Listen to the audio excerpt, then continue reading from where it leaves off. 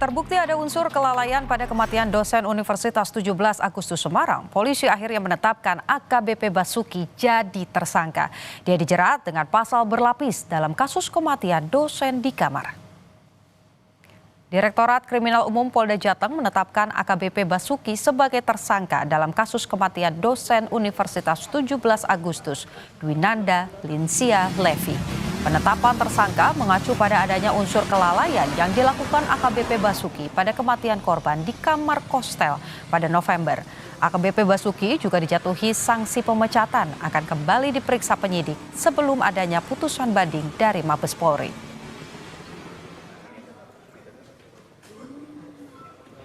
Kita akan tetap mengacu kepada prosedur masalah penyidikan, ya.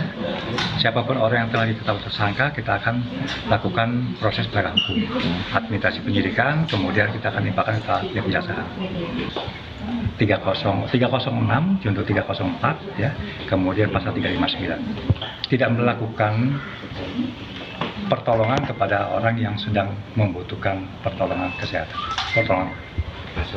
Mengabaikan. Untuk mengetahui perkembangan kasus ini, kita sudah terhubung dengan Kabid Humas Polda Jateng, Kombes Artanto. Selamat sore, Pak Artanto. Bagaimana penangkapan kasus AKBP Basuki usai ditetapkan sebagai tersangka? Dan kapan tepatnya akan dilakukan rekonstruksi?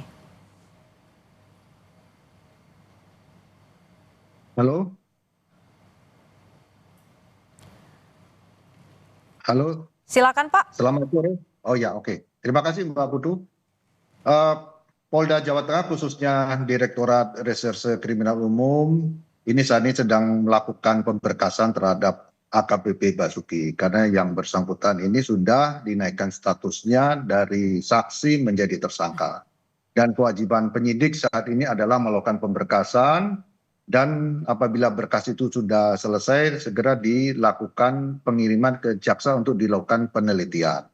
Dan penyidik sudah meyakini bahwa AKBP ini diduga telah melakukan pelanggaran pasal 359 KUHP dan pasal 306 ayat 2 junto 304 KUHP.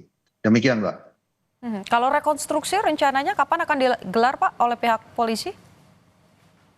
Rekonstruksi ini merupakan bagian dari berkas penyidikan. Oleh karena itu kita akan koordinasi lagi dengan penyidik kapan akan dilakukan rekonstruksi. Waktu dan tepatnya. Sekiranya penyidik yang memahami dan kita akan melihat perkembangannya. Kita menunggu juga informasi dari penyidik kapan akan dilakukan. Baik, Pak, kalau kita lihat tadi juga Bapak sempat sampaikan begitu ya pasal-pasal yang kemudian diberikan atau dijatuhkan kepada tersangka. Kalau dilihat pasalnya ini kan berkaitan dengan kelalaian dan tidak menolong orang yang butuh bantuan. Mengapa pasal itu yang kemudian dijatuhkan kepada tersangka? Apakah kemudian ada kemungkinan penambahan pasal yang lain, Pak?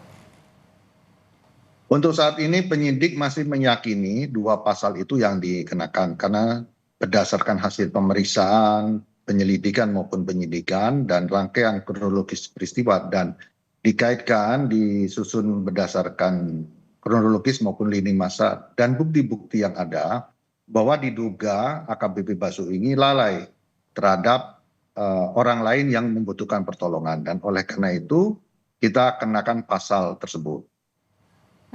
Lantas yang juga menjadi pertanyaan publik adalah berkaitan dengan hasil otopsi dari jenazah korban sendiri. Sudah bisa disampaikan kepada publik hasilnya apa, kemudian penyebab kematian korban ini apa sebetulnya?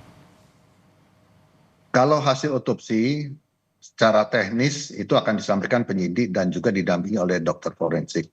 Namun secara umum untuk masyarakat agar memahami bahwa penyebab kematian dari almarhumah adalah karena pecahnya pembuluh darah di jantung sehingga darahnya memenuhi kantong jantung sehingga tidak ada setelah darah itu memenuhi kantong jantung sehingga jantung tidak bisa memompa darah. Demikian.